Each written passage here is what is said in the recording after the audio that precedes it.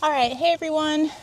So here in Central Texas, we get some freezes, some hard freezes, especially in early February, late January, well throughout February, honestly, in the springtime. So I want to show you a few things you can do.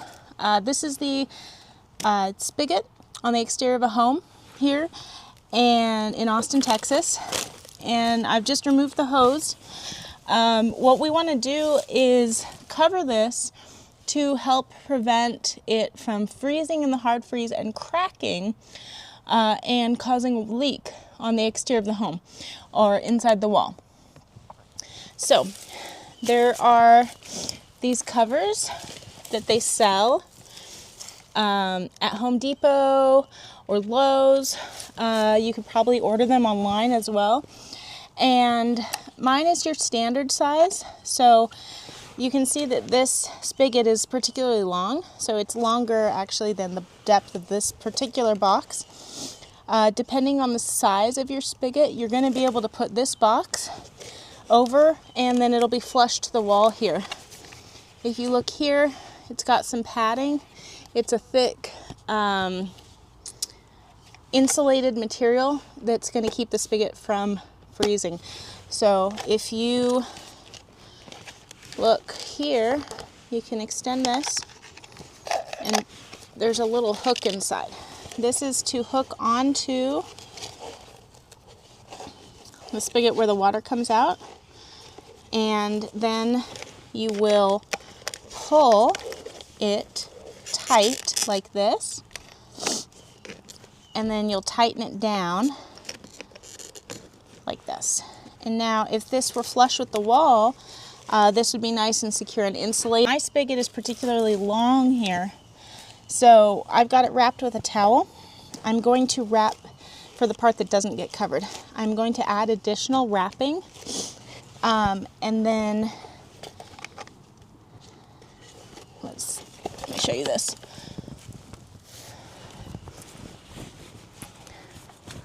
So I would take a towel, I'd wrap it around the exposed area,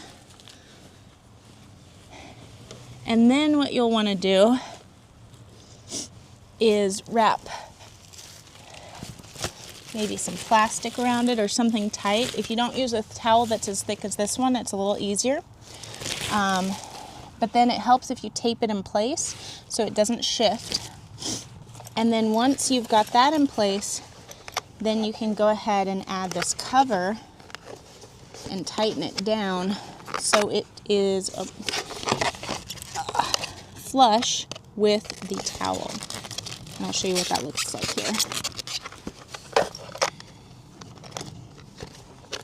There we go. There. I'm putting it in place. Putting this in place. And okay, I missed it again, but basically if I can get it to not drop off like I had it earlier, it will stay.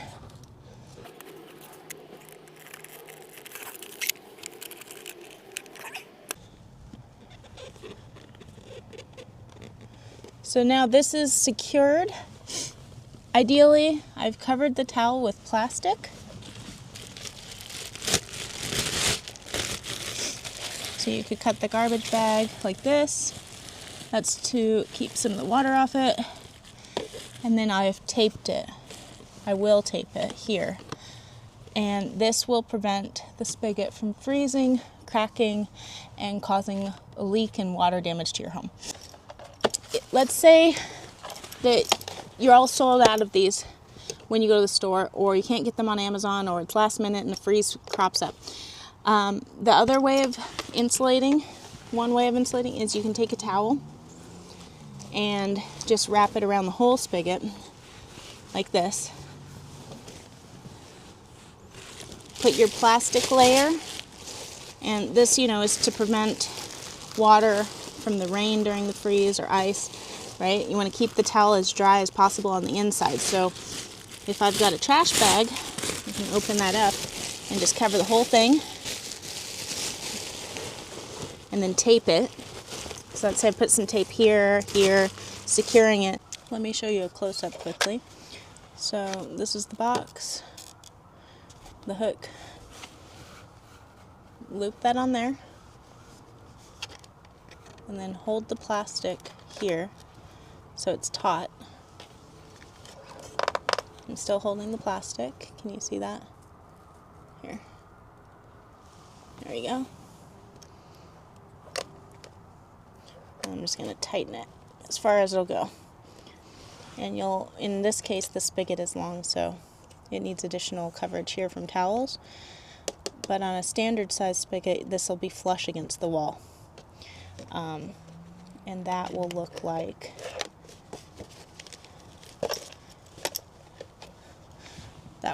this.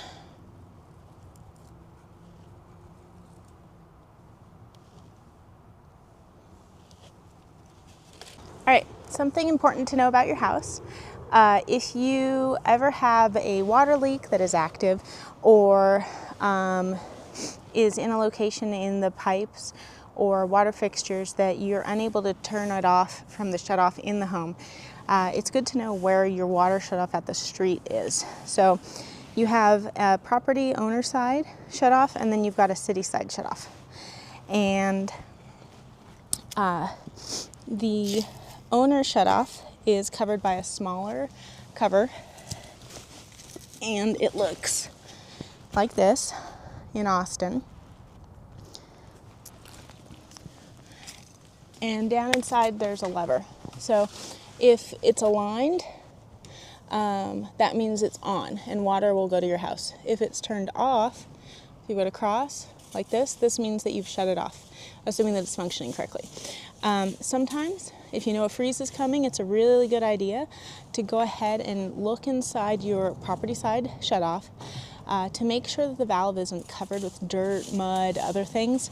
It can happen a lot. So I'm looking inside mine and I can see the handle. But there's a little bit of dirt that I need to dig out actually if I wanted to turn this.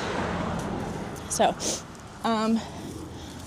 in an emergency, you may need to get access to the city side. That's where something like this comes in handy. You can stick this inside the little key shape that it's got on top and lift it open. Let's see. Okay, well this one's a little bit in the dirt, but it's city side, so normally that's for them to deal with.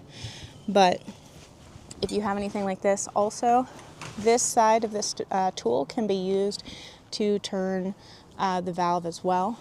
So you could just stick it in there and use this to turn your water off to the house. Super simple.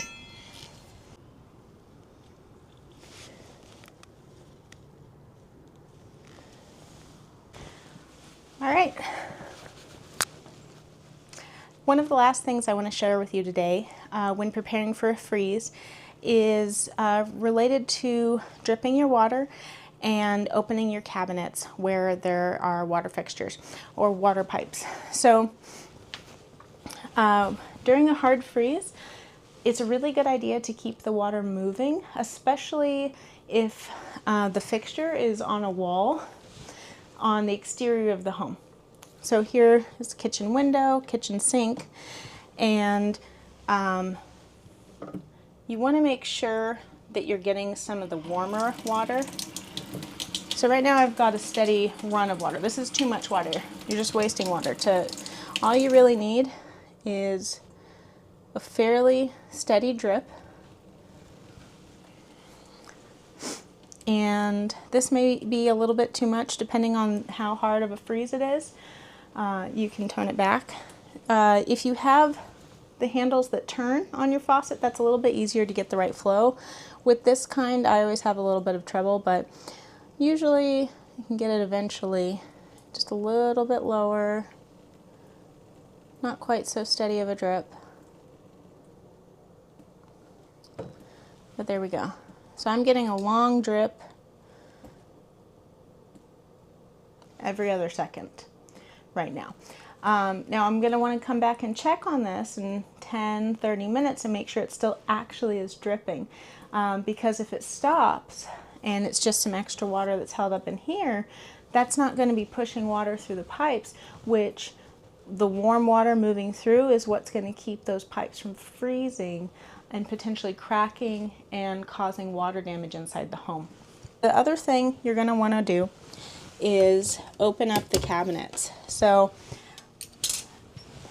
I'm going to open this up to make sure that the warm air inside of the home, which is probably 70 degrees in here, assuming we don't lose power, that warm air is going to go under there and it's going to keep the pipes warmer. So in combination with the dripping water, it's going to help prevent any freezing and cracking that can lead to water damage. If you have a tankless water heater, you would probably, even if it's inside your garage, that's pretty safe, right? But the garage can still get pretty cold. You may want to go in and cover that.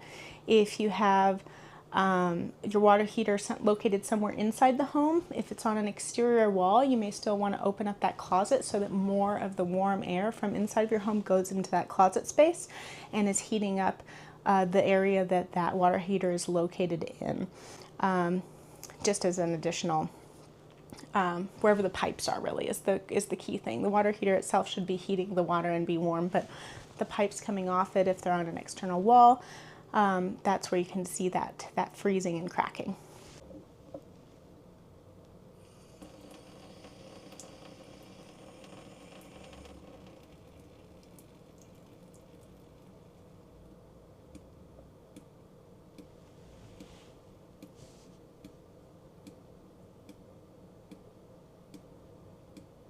If you are a homeowner or renting a home in the Central Texas area, I hope that you found this informational and helpful today, especially as we are preparing for a freeze this weekend, but for any future freezes.